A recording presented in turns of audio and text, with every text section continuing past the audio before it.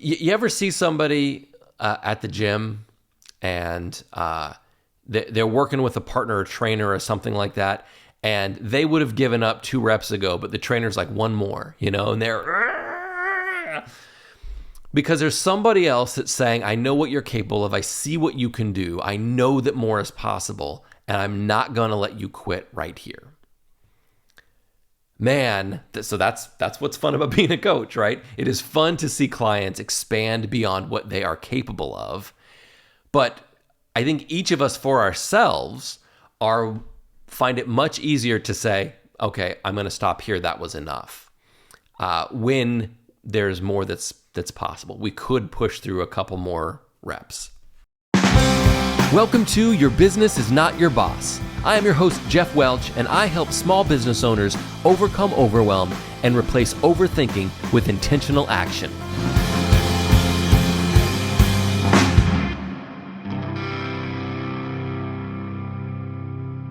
What is up? Welcome to episode 43 of Your Business is Not Your Boss. I am your host and small business coach, Geoff Welch, and today we are going to be talking about getting some of these lingering projects you may have in your world. I'm gonna give you something that's gonna help you get those things done. Okay? So before I jump into that, I do want to offer this quick reminder that I am offering a free PDF and access for some of you to free 90 minutes of free strategy coaching for the end of the year, okay? So I have this PDF that is called 3 Questions Every Small Business Owner Needs to Answer Before the End of the Year. It's a long thing, but there are 3 vital questions that are going to help you figure out whether you are getting what you want from your business as you enter the new year and how to get more of that. As you turn the calendar over from 24 to 25, how to get more of what you want from your business and really make your business work for you.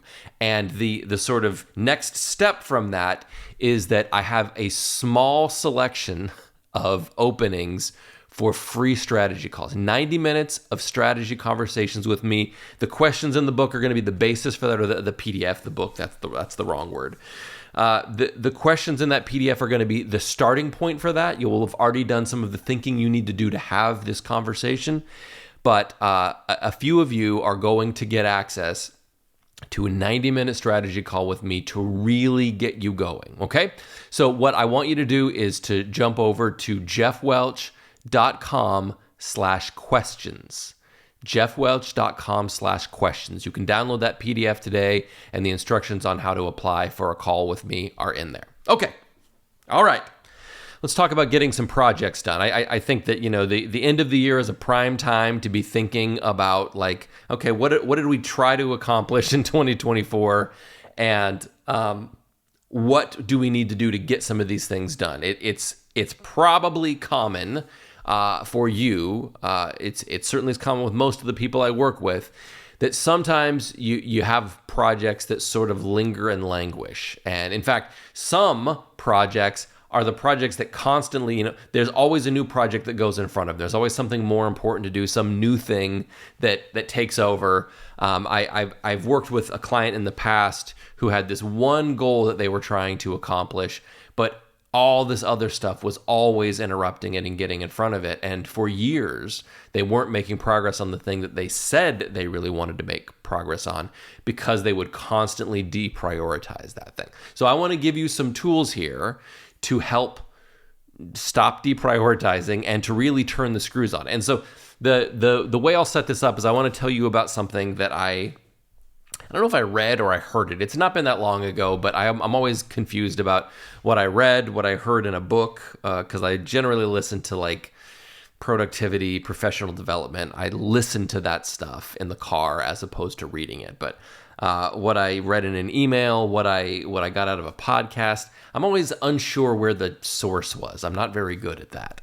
But the person was challenging small business owners to really assess their core offering, to take the core product, and depending on your business, core offering, that may not be words you use, but the sort of core thing that they offer, and to say, what if I had to sell a version of this for 1/10 of what this costs?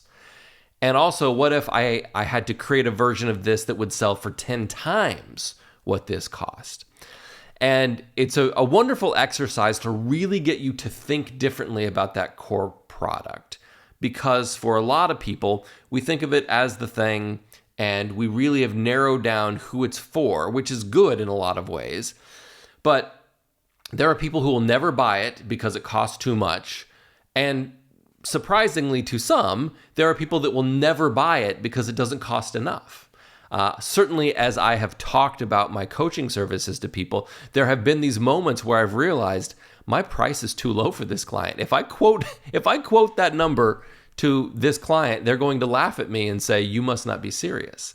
And so there is this leap at some point for many of us as we evaluate pricing, and that's not what we're talking about today, but where we say, what I used to think was too much actually might be too little for this audience. So this exercise sort of forces you to look in both directions. What if I had to create a micro version of this, right? Something that would sell for very little.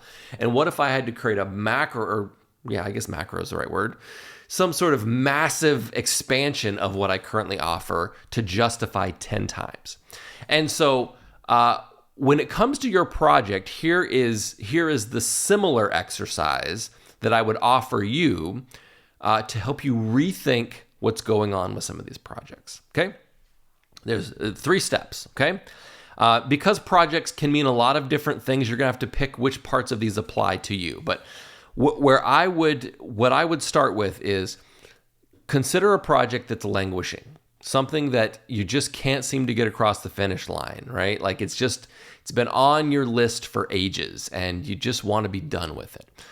And ask these 3 questions. 1, what would I do if I had to get it completed this month? 2, what would I have to do to get it completed this week? And 3, what would I do if I had to get it completed today? Some of those are going to be wholly unrealistic, but that's part of the challenge, okay? Part of the challenge is not just to say, I came up with the answer at every level that would accomplish the thing I was trying to accomplish. And oh, by the way, this project that we had slated for 6 months, it actually was possible to do it in 1 day. I don't believe that. The point is to look at it, to examine it from some extremes and say, here is what I would cut if I had to if hell or high water, I've got to put this on my boss's desk. I mean, it's different as a small business owner, right? It's your desk, but hell or high water, I have to get this thing done so I can move on to the next thing. Today, what would I do? What would I cut? How deep would I cut? What would it look like to get that thing finished? And what you're going to discover is there's a lot of baloney in there. There's a lot of stuff that we're going to attach to this thing because it doesn't need to be done right now. And I'm going to guess that most of these projects that are languishing don't have a deadline at all.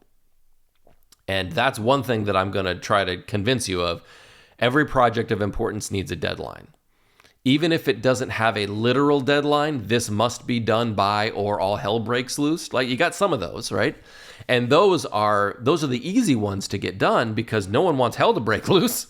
So we get those things done. It's the ones that are important. They need to be done, but they could be done this month or this quarter or, the first half of the year. That's fine. Those seem to linger, and then we're scrambling at some point to try to get them done. I'm a big believer that procrastination is a tool that many of us use in order to create that sense of desperation. That project that doesn't need to be done for 6 months, well, if you wait long enough, all of a sudden it is the most important project you have to do right now. And so procrastination can be a lever that we use to give us that motivation to say, oh, it would have been nice to have worked on this a little bit at a time and a little bit at a time and gotten it, sort of casually completed. But what I really need is that panic. What I really need is the desperation of, oh boy, if this isn't done by Friday, it's going to be bad. So to be able to create some of that on your own and say, I'm going to stack projects up. I'm going to think about my weeks and months and quarters. I'm going to think about those things as like I'm stacking projects up end to end. So if one slips, they're all going to start to slip. I have to be crisp with this deadline, even if that thing doesn't literally need to be done this month. You're creating a constraint and saying, but in order to get onto the next thing, it really does. Parkinson's law, I mean, this is an oldie but a goodie, but Parkinson's law states that work will expand or contract to fill the time available. And I know that you've experienced that. I know that you have had that moment where cleaning the house took all day long, and you've had another moment where they were going to be here in 2 hours and you figured out how to get it done, right?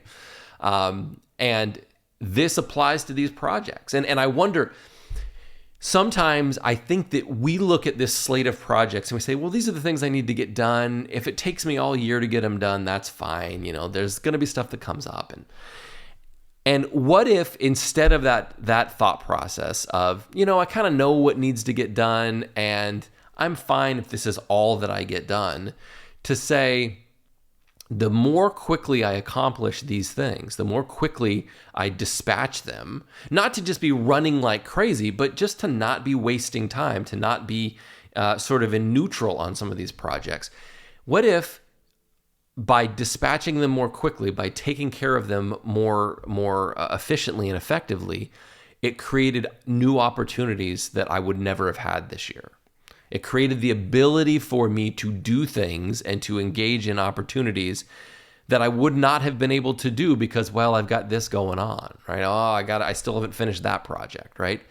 I very often, from a creative perspective, there's like this seesaw, right? The more work that I have to do, that I know, man, this stuff's got to get done, and it's like I've got a lot of action to take soon. My creativity, like when action goes up on this side, my creativity sags on the other side. I can't be thinking of new ideas. I got no juice to think of a new interesting possibility. But as I get those things done and I have less that is in front of me that I need to accomplish, that creativity starts to bubble back up. And I'm like, well, what if we did this?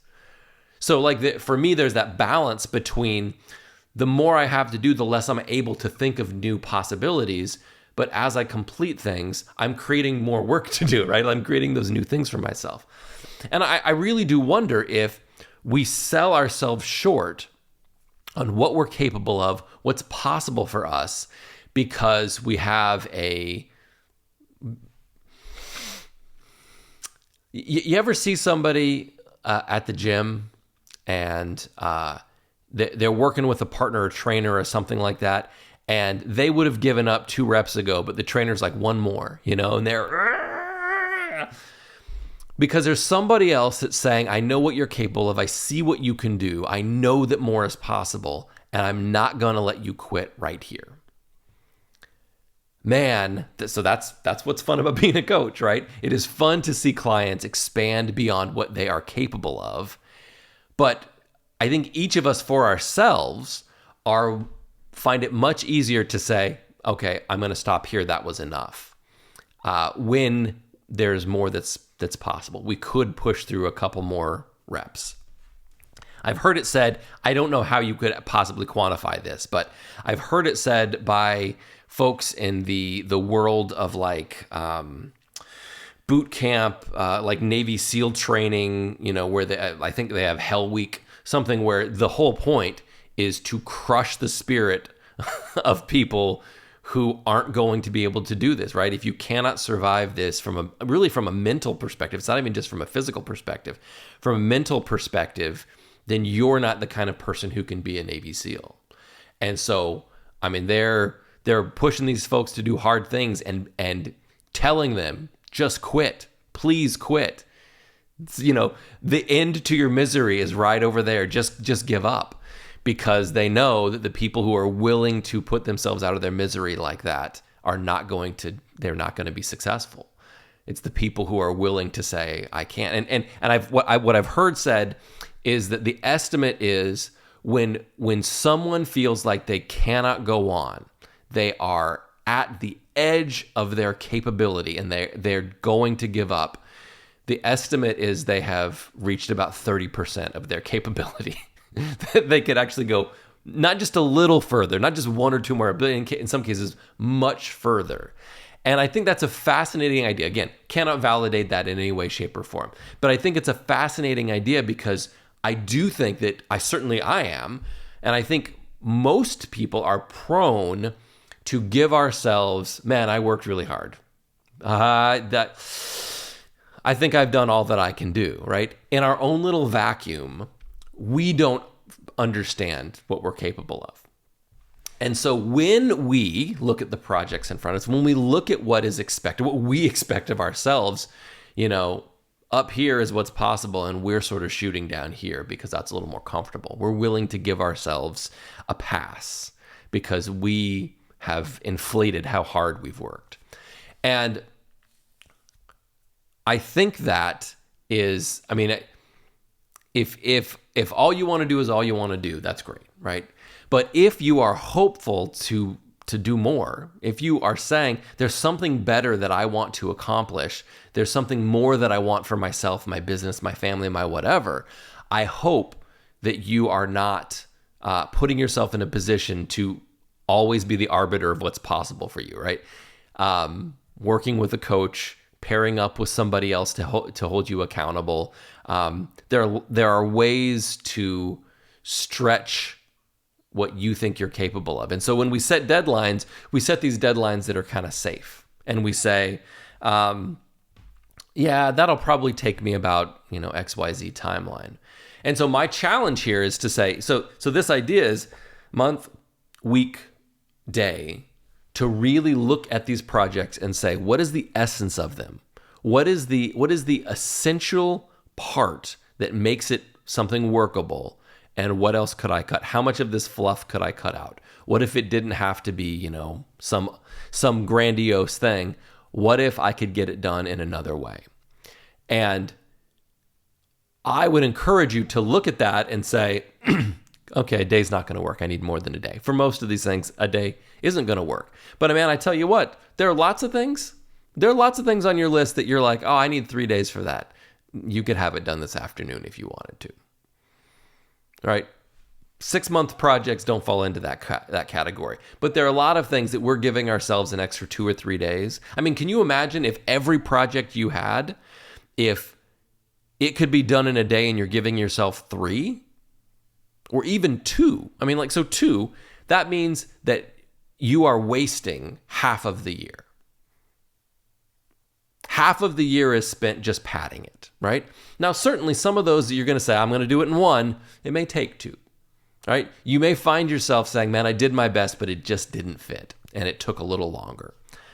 I think being gracious with yourself is important, but I think we need to challenge ourselves to shave that down. So I would love for you to look at those timelines and say, okay, a day's not going to work, but here's what I think is an aggressive but realistic timeline, right? Come up with that number. Come up with that number of days, number of weeks, whatever it is. Come up with that.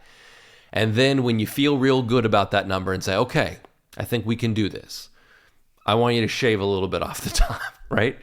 I want you to say, could I take a day off? Could we reduce it by 3 days, right? I want you to consider that because it's entirely possible, and in fact, entirely probable, that even your best estimates at how to be aggressive are still going to be conservative. You're still going to give yourself some wiggle room. And the objective here is to put yourself in the hot seat, to say, what I can accomplish in a year with my business is fundamentally limited by how aggressive I'm willing to be with what I expect I can do. And again, I want you to get what you want from your business. At no point in my coaching work am I trying to convince someone that they need to do twice as much as what they're doing right now for me. What I'm trying to do is to help them maximize what they're capable of to get the thing that they want. So if you are completely content, if you look at your projects and you say, I don't feel bad about anything that's not getting done, everything I have no overwhelm, no anxiety about any of it, then you're golden. This isn't for you. This is for the folks out there who are like, I really have a hard time getting some of these things done. They languish, they sit out there, and I do a little bit here and there, but because there isn't an aggressive timeline, because there is no deadline at all, they just sit there. There is this. We're actually leaving on a quick trip tomorrow. By the time you see this, that trip will have come and gone. But it's just a day trip down to Seattle to watch a Yankee game. Tomorrow is my wife's birthday, and again, you don't know when I'm recording this, so you don't know when that is. But tomorrow's my wife's birthday, and somehow I tricked her into going to Seattle so that we could watch a Yankee game. I sent her this message. I was like, holy cow, the Yankees are in Seattle on your birthday. We should go, as a joke, because I thought she would be like, nice try. And she said, that would be so fun. And I said, I'm booking the tickets right now. You don't have to tell me twice. But the past handful of days, to me, the days before you leave on vacation, like let's say you're leaving on a Monday, that week before you leave, that Monday through Friday, like you just have clarity. You know all the things you need to get done before you go. You know the stuff that can wait till you get back. You have complete clarity about what you need to tackle, what is most important, and what can wait. And I think that there is this deadline, right? There is this moment, that Friday afternoon when you're like, okay, I'm leaving. I'm heading out on a plane. I can't do anything about this after this deadline. That is so useful. It is focusing, and it's also liberating. You know what must be accomplished, and you know what can wait. You know what is non-essential right now. And I think that kind of mindset, the mindset of there is this deadline that I have to meet. Here are the things that are essential to accomplish by that deadline, and here are the things that aren't. I think that is an incredibly helpful. Like if you could approach every Monday morning with the sense of, by Friday, here's what has to happen, and here's what doesn't have to happen. How different would your weeks look? I've really been investing in time blocking lately. I want to talk more about this soon. I'm kind of coming up against the time on this episode. I really want to talk more about 1, how I start my day, 2, how I finish my day, and 3, how I plan my weeks at the end of each week, how I plan the following week. But to really look at the time available, so this week I've got 2 days that I'm not really going to have available for work, although I have allocated 1 hour on the plane going there and 1 hour on the plane coming back to accomplish a couple things. But looking at, okay, what space exists on my calendar, and what am I going to fill that with? Instead of approaching the week with a we'll see what happens when we get there mentality, because it's not great for me sometimes. Sometimes we'll see what happens when we get there results in not a lot getting done. But to say on a Friday, here's how I'm blocking, and nothing is set in stone. Things can flex if necessary. If priorities change as the week progresses, we can deal with that. But on Friday, I say, I know what my week looks like I will be doing these kind of tasks here. I will be doing this here. And I can approach the week knowing this is the essential work for this week. And the other work, which also is important, but is somewhat less important, that is going to be accounted for in the future. A lot of overwhelm stems from the idea that it all has to get done right now. And so setting deadlines, if a project is important, setting a deadline for that project helps you to be able to create a workflow and to say, well, if this is due here, I'm going to have to not be doing something else in this time period because that's got to get done. And these other things are going to happen after. To give yourself the ability to sequence, to give yourself the ability to have a real clear picture of how real time, not just, we look at our calendars or we look at the projects and we say, oh, I want to tackle these things next week, but we haven't thought about how much time they're going to take. We haven't thought about how much time we are going to allocate to them or how aggressive we're going to be in our pursuit of them. And so then we get stressed out because we didn't get nearly as much done as we planned on getting done. Well, we didn't have a clear plan to begin with. Set deadlines for anything that's important, and in whatever way you can, try to be aggressive about those deadlines and say, I don't want to give myself the opportunity to let this project drag on, to let this project bloat and become bigger than it needs to be, to let a bunch of extra stuff get added into it. Man, there have been 1,000 projects that got done and they weren't as good as I hoped they would be. And there's been 1,000 others that never got done at all because I refused to start until I knew they would be perfect. And or I started them and then said, well, let's add a little bit of this. And well, if we're going to do that, let's add a little bit of this. And pretty soon I've got a project that is so big and overwhelming that I can't do it. Looking at month, week, day, what would you do on those time horizons? Looking at that helps you to, while it may not be fully realistic, it helps you to exercise your brain in a way that says, here's how I would cut the fat in order to accomplish this. So I got a couple of things that I'm still a little skeptical about how I'm going to get them done today, but I said I'm going to operate as though they have to be done today because I'm leaving on this trip tomorrow, and I really don't want to come back to them when they're done. When I get back, I don't want them to be in front of me anymore. So I'm going to get aggressive with how I spend my time.